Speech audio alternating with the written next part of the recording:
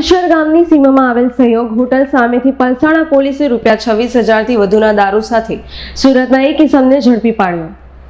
Palsana police પેટ્રોલિંગમાં હતા તે સમયે પોલીસ ઇન્સ્પેક્ટર વીએલ ગાગિયા અને હેડ કોન્સ્ટેબલ મેરુભાઈ રમેશભાઈને ખાનગી રાહે સંયુક્ત બાતમી મળી હતી કે બલેશ્વર ગામની સીમામાં આવેલ સહયોગ હોટલની સામે એક ઇસમ થેલાઓમાં ભારતીય બનાવટના વિદેશી દારૂના જથ્થા સાથે ઉભેલ છે। બાતમીના આધારે ઇસમને કોર્ડન કરી પકડી નામ પૂછતા પોતાનું નામ ઉમેશભાઈ રાજકિશોર દાહિયા જણાવ્યું હતું। તેની પાસે રહેલા થેલાઓમાં ચેક કરતા વગર પાસ પરમિટો ભારતીય બનાવટનો વિદેશી દારૂની નાની બોટલો તથા પાઉચ નંગ 216 જેની કિંમત ₹26,400 સાથે ઝડપી પાડી આગળની કાર્યવાહી હાથ ધરી છે। પ્રશાંત પટેલ, AB48 ન્યૂઝ, બારડોલી।